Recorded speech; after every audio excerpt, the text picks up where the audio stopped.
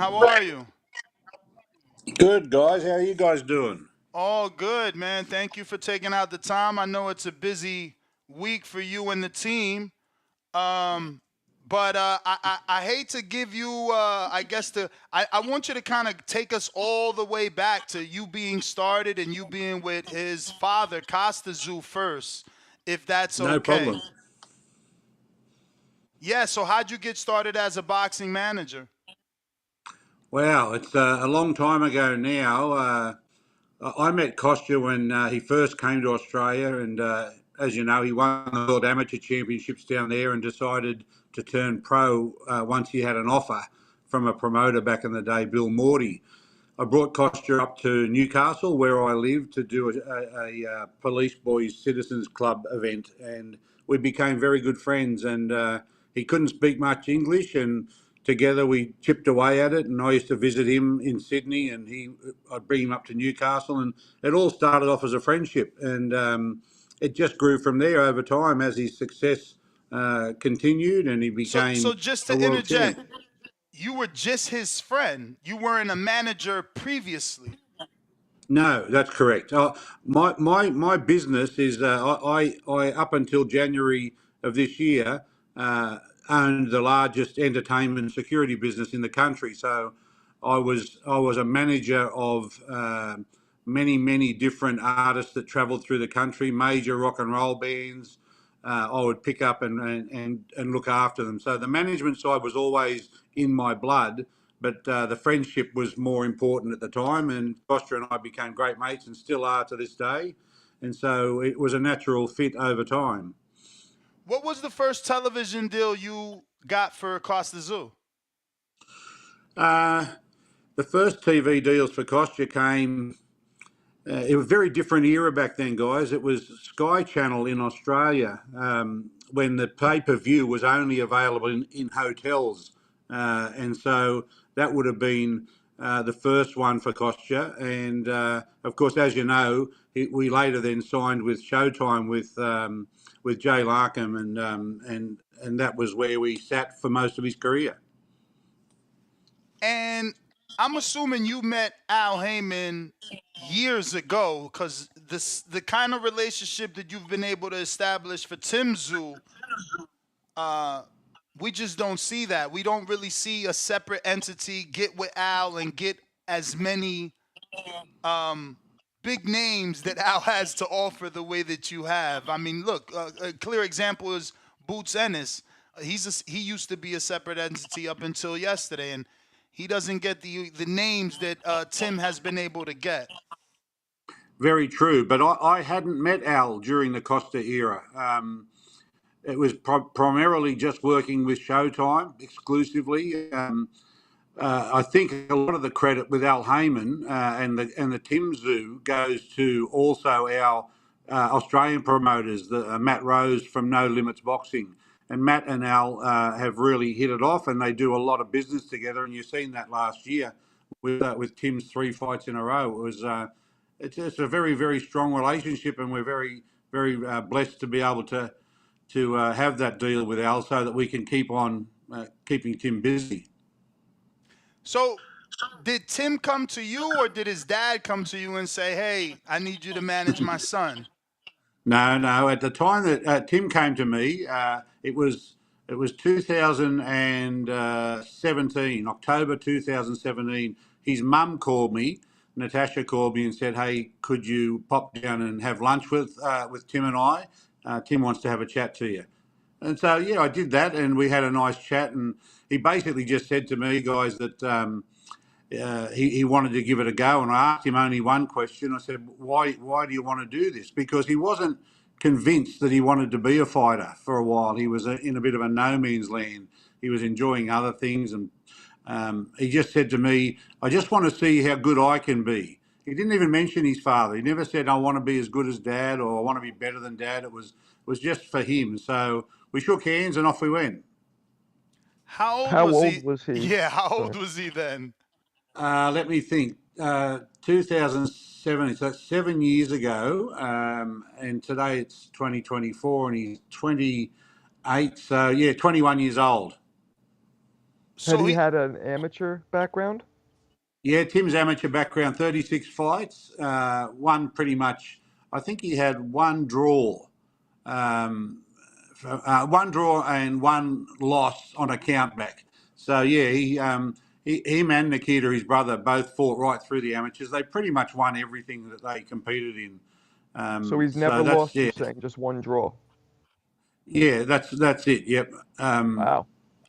Yeah, and as you know, their dad had, I think, closer to 300 amateur fights. So it was always in their blood. Bit of DNA running there for sure. wow. So when did you guys decide that you wanted to fight in America? Because it seems that you can pretty much bring anyone to Australia. Yeah, that's true. I think what happened for us is that we had a really good run in Australia. We pretty much fought uh, all of the opportunities there. We brought the good fighters that we could get hold of at the time to Australia from the United States. Um, but there comes a time where, even in terms of the size of our events, I don't know if you guys have had a look at some of the footage from the Tszyu events in Australia. Definitely. They're all sellouts. It's a big opportunity, but I think you reach a level when you get to this sort of elite level in boxing where you've got to expand the marketplace and you've got to go and put yourself in front of another brand new market, and there's none bigger than the US market. So it made commercial sense for us to make that shift, and it was always a dream of Tim's to do that. So we didn't race, we didn't rush. We took our time. We kept him busy, and the journey got us to here. And so he's very happy and very comfortable here. He enjoys the environment, and he's looking forward to a lot more fights here at this level. When he fights in America, is there like a ticket code or something so that you know how many tickets he is producing here in the States?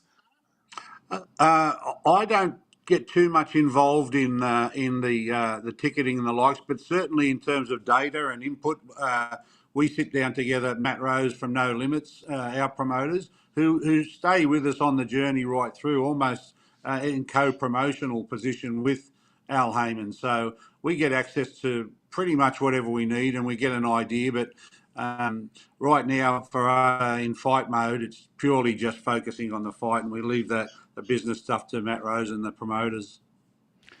I watched a few of your interviews and your reaction to the curveball that was, Keith pulling out because of the bicep injury, which left you guys very little time to transition back to a southpaw.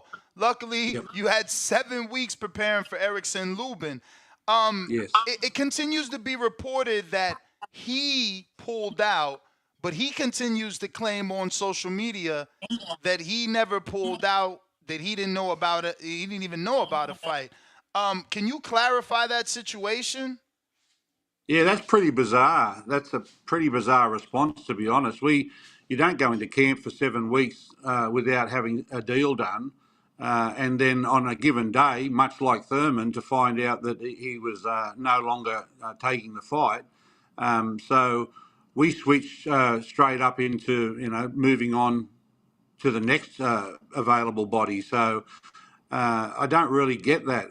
Well, I've seen the same stories coming out from the US that Erickson Lubin said that he didn't pull out of the fight, and I just sort of shook my head and thought, wow, if he didn't pull out of the fight, who did? Wasn't So, us. which leads me to my interview with Tim himself. And his interpretation was he was training for Lubin and got a phone call that says, "Hey, Lubin's out. Do you want Thurman?" Yeah, pretty much. Pretty much. It sort of happened fairly quickly, much not quite as quick as bloody Fundora, let me tell you.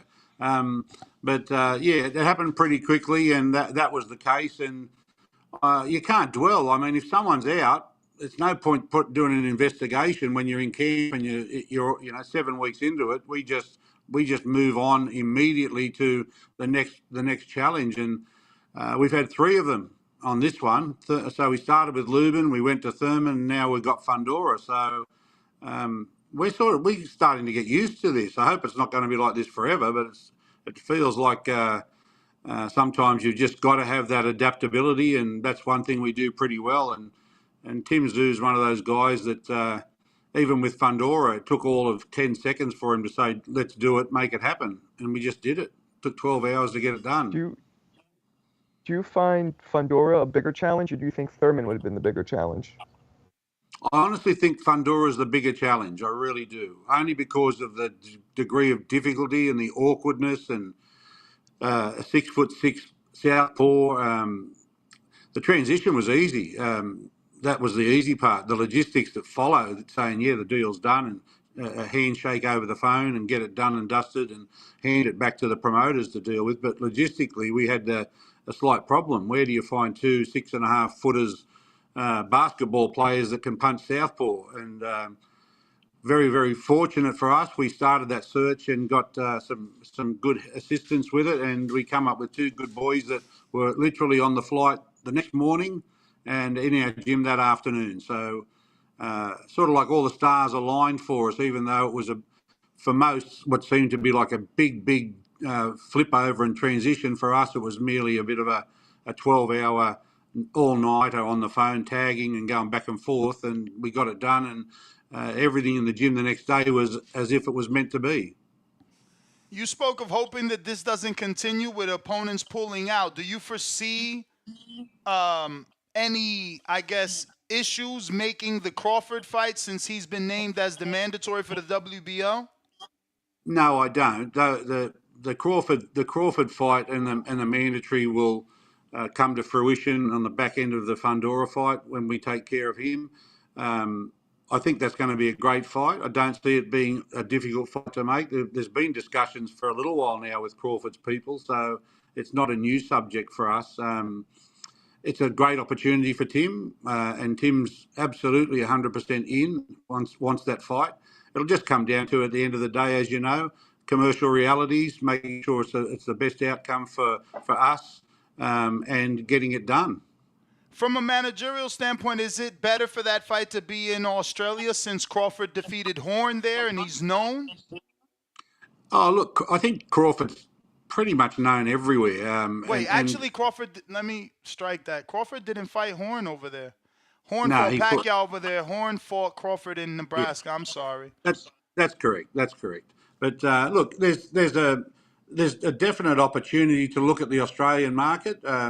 Tim's very, very high up in the pay-per-view numbers over there. But I don't know. It's not really. I'll have those discussions, but I'll let the promoters take the lead on that and see where they think it's best going to land, and then I'll come in and have a chat and make sure commercially it works. But it's a great fight. It's a very good fight, and we're equally as confident as we always are that Tim Tszyu can take care of Terence Crawford. We understand he's pound for pound, and we understand he's an absolute great. Don't disrespect that in one bit, but our boy's a beast, and everybody. There's been 25 that have said they're not. Tim's not up to their level, and there's been 25 who've been sent home with a loss on their record. We've seen Ricky Hatton when he had his opportunity, and I know he's not from Australia, just saying. Yep. When he had his opportunity with Mayweather, he was able to fight here in Las Vegas, and there was reported 30,000 people. Do you see a fight, and I mean 30,000 UK people that flew to Vegas that didn't even get into the fight. Do you see a fight for Tszyu where he can get a big number of Australians to travel? I'm not saying 30,000, but whatever number you want to interject. Yeah, look, the Aussie fans are crazy, as are the UK fans. The UK fans have the population to support 30,000 travelling fans. I'm not sure we could ever get to that number. Even at Kostas' peak in the US, and we didn't get to anywhere near those numbers of travellers. But I do think that the other issue for Australia is a 15-hour flight, and it's a very expensive flight. So I'm not sure where that lands, boys, to be honest. I think if it was to be in the US, it'd have to be a Las Vegas fight. That's probably the key to getting the Aussies here. making it a holiday package and letting him come to Vegas and do that. But equally, if it was to come to Australia, it would be a stadium show and most likely a sellout in Australia. Speaking of stadium, we seen Tim recently say he wants the big fish, period. Spence Yes. or Crawford, period. Yep. Yep. Has Earl Spence ever been offered? Uh, yes, it has. In a discussion at a time where we were having a bit of a fish, so to speak, as to who might be willing to take that opportunity. It is Spence has always been in our business plan, guys. It's Errol Spence for us was always the option that we wanted to take in the build-up prior to Terence Crawford coming in on this mandatory arrangement. So nothing to hide there. We've mentioned it a few times on Tim's. We had a little funny game with that little hit list we done, and it was Spence, Crawford, and Canelo in that order. Yes, he was definitely. It's definitely been discussed. Nothing further at this stage because obviously we've got other commitments and you can't get too far ahead of yourself. But certainly the fishing net's been thrown out there, and Tim wants the big fish. That's for sure. Would you be willing, or is Tim willing to take him immediately next? Like, if Spence is saying he's back, or do you want him to get a win first? No. If it came to be and Spence became available next, absolutely we'd take that, as we would if our hand is forced via a mandatory for Crawford. At the end of the day, one thing a little different about how we do business versus a lot of others is that we don't hide from opportunities. Tim, as you've seen, we average 3 or 4 fights a year. And at this level, that's not really a normal, especially for you guys in the United States whose fighters tend to be have a fight and disappear for quite some time before they resurface. We don't do that. We stay busy. Tim Tszyu, at the end of every fight, has a week's holiday, and he goes there, and all I get photos of him training in the gym. So I think Spence, if the Spence card gets dealt, absolutely you'll see Tszyu Spence. If the Crawford card gets dealt, absolutely you'll see Tszyu v Crawford. They're the two big names that we want, and they're the two big fights that we will pursue. Is it safe to say that Spence is higher on the agenda because he's part of the PBC family, where Crawford, it's been recently announced that his one-fight deal with the rematch with Spence is already expired and he's a free agent? Oh, yes and no. I mean, there's a great relationship with PBC, and yes, Spence is one of the big guns. So that's very easy to make, and I also believe that Terence Crawford will be easy to make, to be honest, because the discussions with Crawford's people have all been very, very positive. They want the fight. They've been interested in Tim Tszyu now for about 6 months. So. And I know Terence finds it a little difficult sometimes to get fights because he doesn't have that platform and he doesn't have that promotional arrangement around. But look, we're in a great position, hey, from my point of view, to have these options and to know that we can reach out and touch them and make them happen. It's a great management position to be in. So I'm pretty pragmatic about it, fellas, to be honest. I know that they are both amazing fights. I know commercially they're both going to be very good for all concerned. And I know that for Tim Tszyu, it's the challenge that makes him get out of bed. The big fish is where he's at, and he probably deserves the opportunity because he's doing the business and he's as active as they can be, and that's just who he is. I mean, what's the heaviest weight that you see Tim going to, by the end of his career? Look, in all honesty, Tim Tszyu is a very big 154. He could walk to 160 tomorrow without a problem, and he will easily accommodate 168, and that'll do us. And of course, if you look at our hit list, 154 will take care of that division. 160, not too strong at the moment, but in time, hopefully, it'll clear up and and we'll get some good results out of that. But the big gun is depending on the timing of Canelo, if he's still around and where he's at by the time Tim gets to 168. So we're realistic. We know Canelo's the gun. He can choose whoever he wants, but we work towards specific goals, and our goals are real. They're not fake. If we say we're going to pursue Spence, Crawford, and Canelo, that's exactly what we'll do. Glenn, how serious are you about this Crawford fight? Because obviously, as a manager, if I'm putting myself in your shoes and they're giving me the option between Earl or the guy that destroyed Earl, I'm going to take the stadium fight in Dallas with Earl, see how my fighter does first before I throw him in there with Crawford. But they've given you 5 days to negotiate. Is it really any way to avoid Crawford in this situation? Oh, And I look, know avoid isn't the choice word, but I mean, for Yeah, I know lack what of you're a better saying. word. Yeah, I know what you're saying, and you're dead right. I mean, let's be honest. If you look at this position we're in right now, you almost have two games side by side. One is an opportunity to go in against Errol Spence and excuse me, and have a good look and get almost acclimatised to that style of a fight. We know that Crawford took care of Spence. That from a business sense makes sense. It also gives an opportunity to allow the Crawford fight to build and to look at Spence and Crawford took 3 years to come together, and they got a good commercial outcome out of it.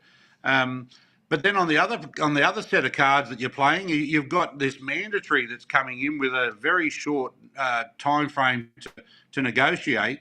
So right now, if you would ask me today, I would say, in my own opinion, I would love to see us lean towards Tim going into Spence and then Crawford.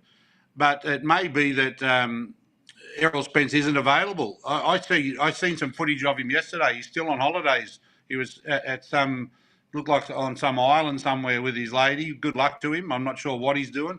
There's not been much said, unless you guys have got any more information on Errol Spence. We don't really know what he's up to, but we do know that Terence Crawford's ready to rock and roll. So when you put all the dominoes in a line, mate, it can either go left or right. And at the moment, a bit of a flip of a coin, to be honest. And I think on Monday, once we've got this fight out of the way and not looking past Sebastian Fundora and how difficult that is, it'll come down to some pretty heavy discussions as to all of those components that come into making that decision.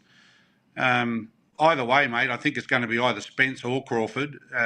And I think you guys will know very quickly.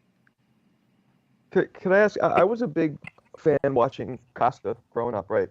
How much of a role, if any, did he have in Tim developing Tim's style, teaching Tim the basics, fundamentals? I mean, was he a part of that? Interesting question, that one. As you know, Kostas divorced from his wife after a few years after his Ricky Hatton fight, and went back to Russia. The boys were young, and Mum brought the boys up, but they certainly have never, ever forgotten the discipline and the military style that Kostas lived.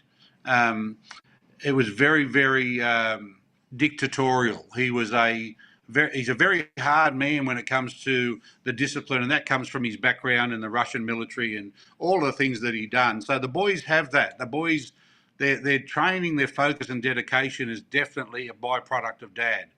But in terms of they were in the gym when they were little with him, and they have all those memories. So, but in terms of style and stuff, that didn't come via Kostas. The boys pursued the boxing themselves and formed their own styles. There are things I see, and sometimes I stand ringside and just get a little quiet smile on my face where I think, Jesus, that looks like Kostas.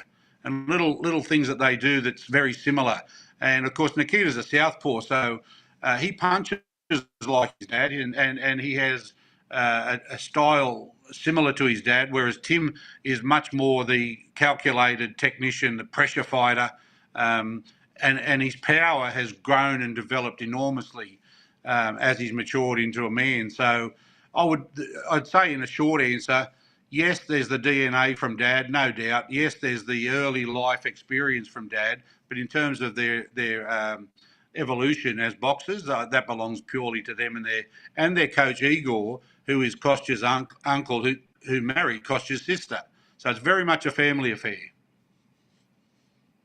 So Tim's head trainer, I can't pronounce it. Is it Golubev? That's correct. Well done. Oh, wow. Wow, I'm usually criticized for bad pronunciation. So, any chance, I didn't do any research, was he also the father's trainer?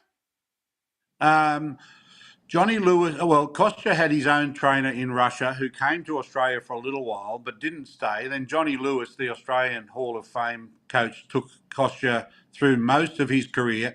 And then about, I don't know, probably 2, maybe 3 years, Igor was involved with the family in Russia. And then Igor came to Australia and he started to become involved. So, yes, he had the tail end of Kostya's career.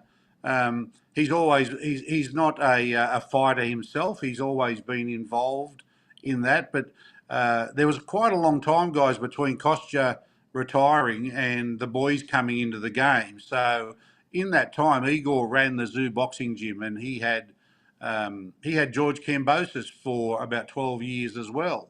So brought George and Tim and all the boys all came through amateurs together. So Igor's a very good coach, guys. He doesn't have much to say. He's a man of very, very few words, but when he speaks, it matters.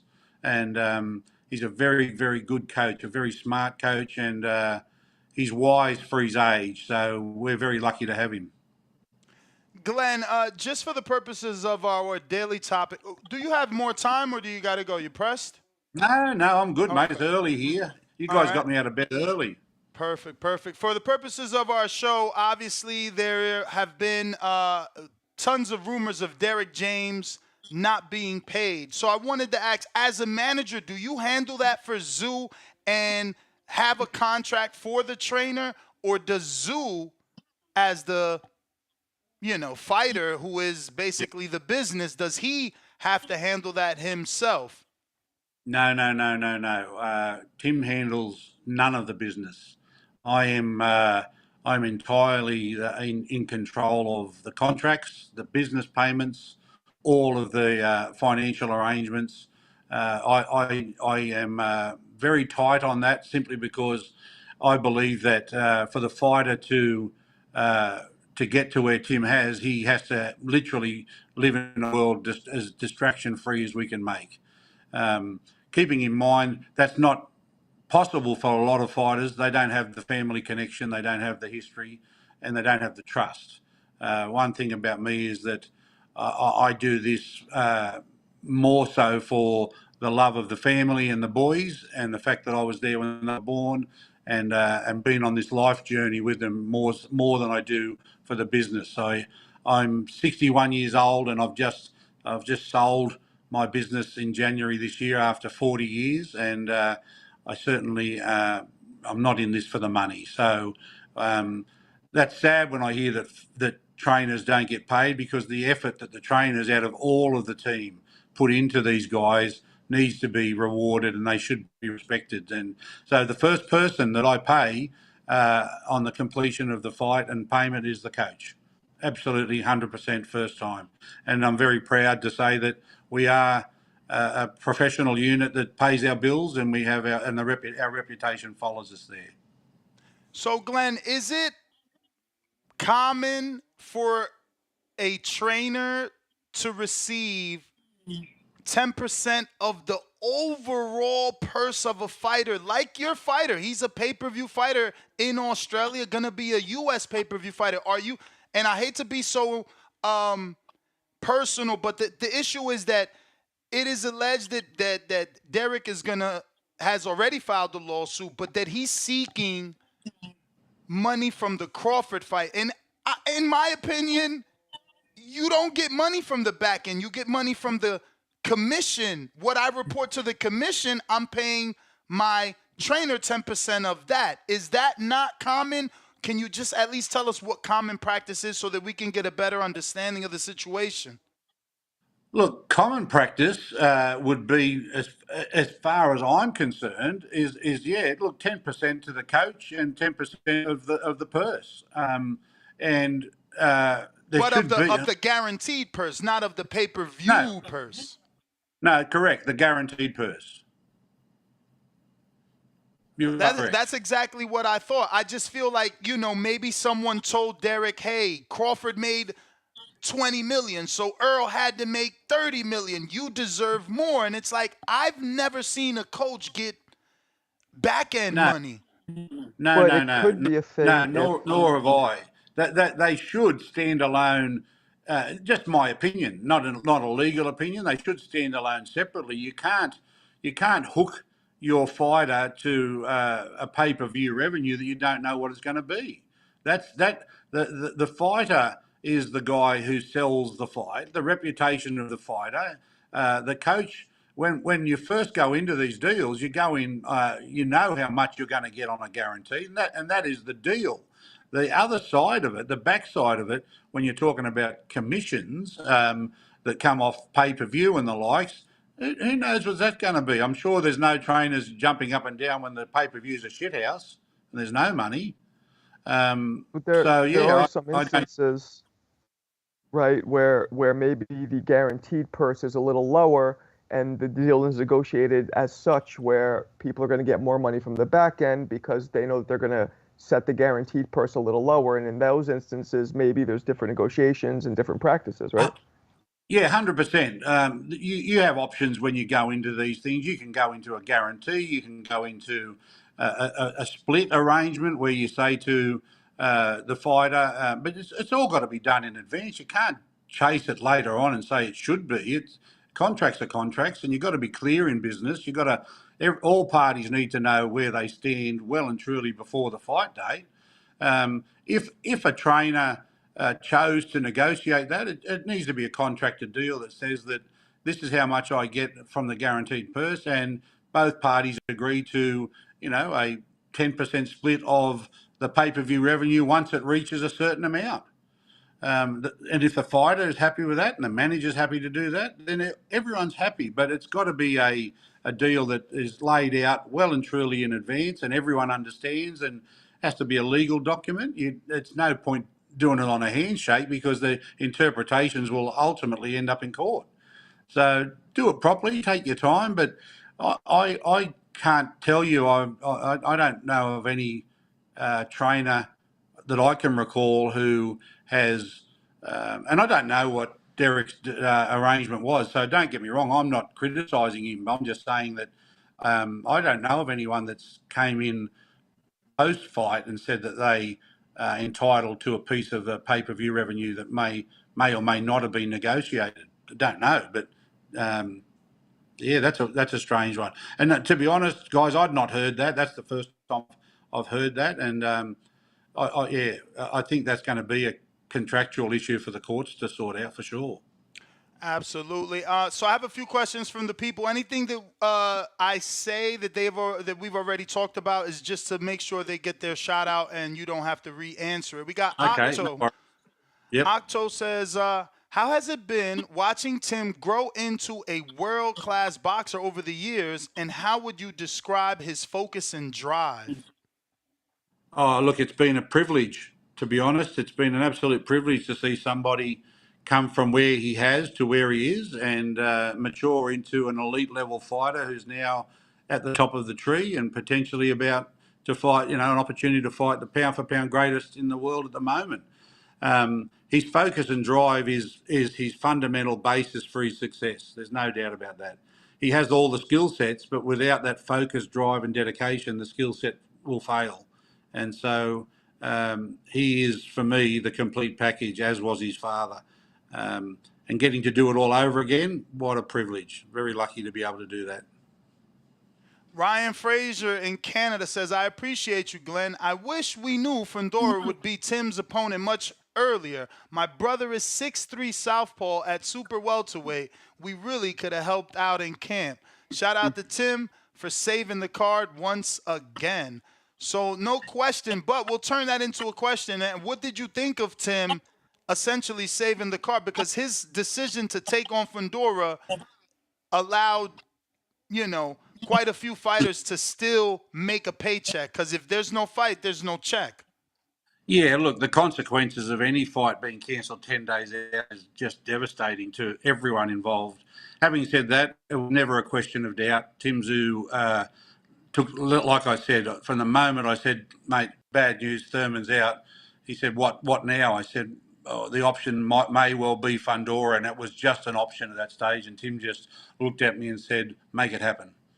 And I left, and that started a 12-hour tag team right throughout the night to get it done. So, look, we're happy for everybody. We're happy for Tim, but I can assure you, had Fundora said no, and it didn't happen, we would have been busting our ass for the next 24 hours to find somebody to try and keep that thing going, because it's all about Tim wants to fight. Nothing else came into play. Forget all of the other stuff. Thurman's a memory in our rear view. We would go straight into search mode to find an opponent, and Fundora was right there in front of us, and it was wonderful. Great outcome. Glenn, this is my own question, and I hate to be in your pockets, which is an American thing for, trying to figure out how much money you're making. But IFL from London continues to report that, and I quote, Tszyu will be making this weekend the highest earned sporting purse in Australian history, with him set to make 10 million from his fight with Fundora. How could this be if you went from the known Thurman, who's done millions of views, to Sebastian Fundora? Like, is this information accurate? No, it's not accurate at all. Okay. They are referencing a discussion that's been clicking around now for the last 24 hours about the Crawford fight. There was a figure thrown up in the media, and they've run with it, that the Crawford fight is a $25 million fight. I'm assuming they're saying from that, because Terence has posted and has been out there for a while now, that it's a $15 million fight. So I'm assuming that they've added 10 million in for Tim, and that's where the 25 mil comes from. So it's certainly not the Fundora fight, guys. I can assure you that those numbers are farcical. That's not the real world at all. So while Tim's getting well paid for Fundora, it's certainly not Crawford level money. So that's an inaccurate report from that UK group. All right, we got Flacco 38 that says, should have pulled out and went straight to Crawford fight. Shows heart, but we've seen this backfire. Good luck on Saturday.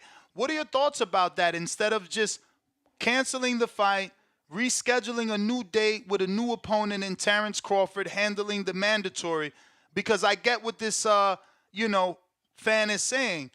When you take a last-minute opponent, you sometimes end up in, bad situations.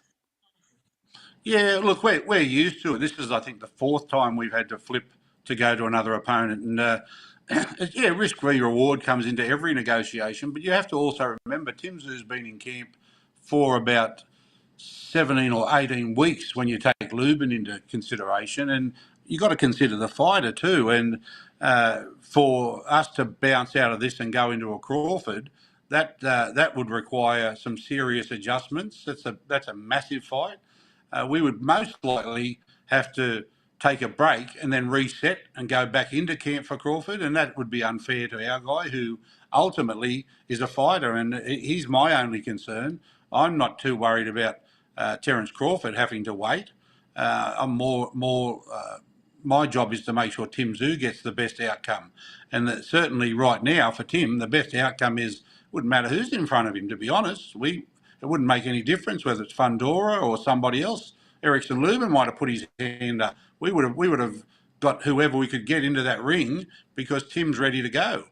I know it sounds a little bit strange, but it's an actual reality with us that there's a few people who said, "Wow, this is a big risk." I said, "Well, it's no riskier to any other fight that Tim's taken, because Tim's already locked and loaded for the Southpaw. it's an awkward fight, but no different to, we did Harrison, we did Ocampo, we did Mendoza, and everyone said Tim wasn't ready for Harrison. It was another level, and Harrison would make mincemeat of Tim. And then Ocampo, tough Mexican guy, and then Brian Mendoza, the big puncher, would knock Tim out. Well, we say the test is in the ring, and that happens on Saturday night. So in answer to that question is, there is a risk in every fight, but when you're a fighter, you've got to fight and you've got to stay active. And staying active is, for us, the key, and we don't want to be sitting around waiting. And the other side of it too is, if we didn't take Fundora, then excuse me, then the mandatory gets made, and Terence and Tim get together. We've got to start that process. We've got to build that fight. Got to make it happen. I think for me personally, it's just too long to get him out of the ring. All right. Let me know whenever you got to go. If not, I still got some more from the people. James Valdez. No, good. All right. From San Antonio, Texas says, what were your thoughts for bringing in Brian Mendoza for sparring, and how do you see his fight playing out? Yeah, how interesting was that, eh? Brian's a great mate, but one of the nice things about boxing is that most of the guys that we fight, we form relationships with. And Brian said to us in Australia, in the tunnel after the fight, if ever we get over here and Tim needs a hand, shout out. So, of course, it was a perfect opportunity to get quality sparring for Keith Thurman. And Brian, we know, was in Vegas, and he had like a reserve. I don't know what you call it. What do you call that fight when they bring someone in as on the card to? He was a fill-in. He was a fill-in. Yeah.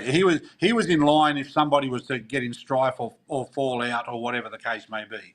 So he was in training, which was great. So we got together and we done some sparring, and the sparring was terrific. And Brian said to us, he in the back of his mind, he was covering bases for the Ukrainian boy and for Fundora. So he had Micah Fox sort of lined up to do some sparring at some point. And then, sure enough, literally a couple of days after we'd finished sparring, it all went down. Thurman pulled out. And so the first call we made was to Brian's people to say, there's every chance Brian's now going to fight the Ukrainian boy, and we're going to take Fundora. Can we get hold of this big 6'4" boy out of Maryland? And of course, Micah Fox was already in the loop, and he was on a flight the next morning. And the other lad we got was 6'3", Adriel Holmes Jr. out of out of Detroit, and he was on the flight literally an hour after Micah Fox. So we ended up getting two big boppers within the next day into the gym. So Brian was great. We got great sparring, but we also got Micah Fox because he was already in the loop to do some work with Brian. Perfect. Shout out to Brian, man. He gets an opportunity again. Credit to Tszyu. Indeed. Yeah, he does indeed. And if he wins, he becomes our mandatory again for the WBC. He's in a tough fight, man. Bukachuk's a puncher.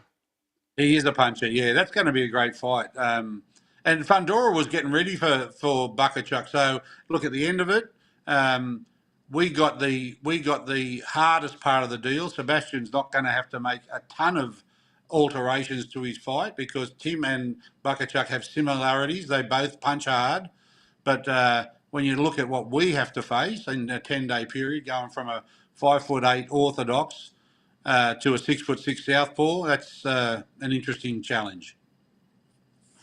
I got Nino B that says, do you think Tim will be able to maintain the same level of activity going forward?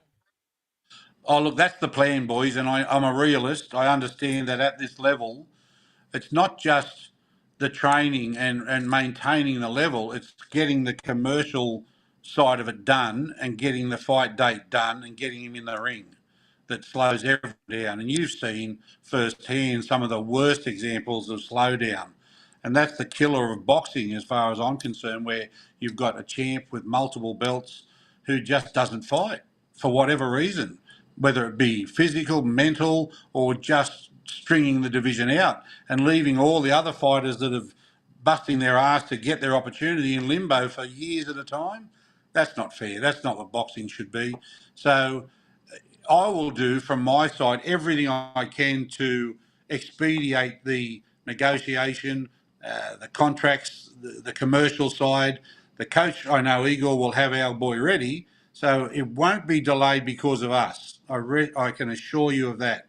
If you see Tszyu stretching out to from 3 months to 4 months to 6 months, it won't be because of us unless there's an injury. That's the only thing that would delay Tszyu getting back in the ring. So let's hope that what we're doing and staying active, I don't know, I'd love to see it rub off on a few more of your American fighters, to be honest, because Me too. I think there's too many of them who just think that this is what boxing's about. Make as much money as you can and go on holidays and have a honeymoon for 2 years and then come back. Problem is, take COVID, for example, the loss of the fight scene during COVID. How many of the pre-COVID champs came back and got the daylights beat out of them? We fought right through COVID. We ran from state to state in Australia ahead of border closures and ahead of lockdowns, and we had 3 sellout stadium fights because we stayed positive and we said, no, we don't accept that we can't fight, and we will go for 10, 12 weeks and stay in another state away from our families to make sure these fights happen. And that's how Jeff Horn happened. And we only got half of our team there because the border closed while half of our team were on their way. So you've got to be committed to the cause. I just think boxing's taken a wrong turn. I know money does that to people, and I know when you get money, some lose the hunger. But I think it's more than that. I think it's becoming almost amongst fighters somewhat trendy to not fight. I don't get it. Fighters fight. I just don't understand it. I hope what we do, and I hope the narrative continues that, Tszyu is the real deal guy. He's an old school throwback fighter that just wants to climb through the ropes and punch on.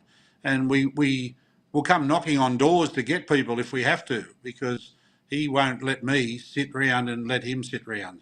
So interesting concept, something new for you guys. hopefully we see a lot more activity. I got Toledo Trees that says, what's your thoughts on a possible matchup with my guy, Albert Bell, and your guy, Liam Wilson, if he can beat Oscar Valdez? 100%. We know about Albert Bell. We know he's a great opportunity. Liam's in another great position. As you know, yesterday, guys, they've announced it now as the interim title against Oscar Valdez, and that happens on Friday night in Arizona, and we'll scamper across for that and then literally fly back at midnight for Tim's fight on Saturday. There's some really interesting options coming out for Liam Wilson. One is, of course, if Navarrete wins at 135 and chooses to stay there, the winner of Wilson Valdez will be made full champion. And so that opens up doors for him to go and look at the other commission fighters and fight for unification and ultimately undisputed. Or alternatively, if Navarrete loses and wants to come back, then we've got a great rematch on our hands. But Albert Bell and Ashaki Foster, they're all names we've talked about. They're all in our business plan. It'll just see now where it all lands. Like Tim, Monday is going to be a very busy day for me. I have Joe Pilot that says, is Goodman managed by you? If he is, any plans on bringing him stateside? He's not managed by me. He's a very good friend of ours. He does share the same promoter, No Limits, Matt Rose and George Rose. And Sammy's at that point now too. Sammy's ready to come stateside. I think he, like Tim, has taken care of everything he can on the other side of the world, and it's time to expose him now to the big game. There's a lot goes on for the Australian fighters in terms of that drive and that dream to come to America. America's still considered for us Aussies as the mecca of boxing. This is where it happens. This is where you get the absolute best of sparring, which is something that we struggle with at home. We have a limited arsenal of great fighters that can compete at elite level for sparring. Yet when we come over here, you have a smorgasbord of availability for sparring, and that'll be the next step for Sammy. So yeah, stay tuned. I think you'll see Sam Goodman making his launch into America quite possibly later this year, maybe early next year. Against the ropes with Dose, how many weight divisions do you see Tim capable of winning a title in? So that's slightly different from how many weight divisions you see him going up, but still the same, right? 68? Yep. I think the Tim Tszyu that I know and the mental picture that he has of where he wants to sit, I see Tim Tszyu being a 3-division champion across 154, 160, and 168, and that would be his ultimate goal, to win those belts in each of those divisions. Profound Dreamer, is Team Tszyu willing to vacate the WBO belt to make the Spence fight happen next? That's a question for Monday. It's certainly a fair comment, and it's certainly an outcome that could happen. But I'll park that one for now, if that's okay, and leave that until Monday. Kerry G out of New York, what do you think of Tszyu's best boxing attribute? Excuse me. What do you think Tszyu's best boxing attribute is? I think for him, it's his. There's two that stand out for me. He brings an unending pressure, never a minute to adjust, to think, or to consider how to respond to Tim. He is literally like a wet sheet attached to you. He doesn't give you that opportunity. But most importantly, from the get-go, he's timing and distance, without a doubt. He's very economical. He doesn't waste punches, and when he does throw one, it's thrown with intent. It's bad intentions. So those three together, and then of course, as he's matured, the powers come with it. So it doesn't change those three; it just enhances those three because he backs that with the power. Glenn, that is all the questions, man. Do thank you for coming on the show. We do appreciate it, and we look to get you on more regularly. If you want to give out any social media where you want people to, reach you, if not, once again, appreciate you coming on. No, always a pleasure, and I'm a fan of your show. I like your format. I like the way you go straight for the throat. That's important. I enjoy it. It's the Australian way, mate. Appreciate it. Yeah, in the Australian vernacular, we say, "Don't bullshit the bullshitter. Just go straight for the throat." So, look, please follow our journey. My company's called Fight Life Management. You can see it. Jump on Facebook or Instagram, and of course, Team Tszyu too. Our business page on Facebook, Instagram, and Glen Jennings. So great talking to you guys. Thanks for the opportunity. I hope that helps give you viewers a little bit of an insight into how we do business and where Tim Tszyu's at this stage of his career. And I'd love to keep you informed as we roll along. It's going to be a great ride, and we hope you come with us for the journey. All right. Well, thank you, Glenn. There you have it, ladies and gentlemen, the manager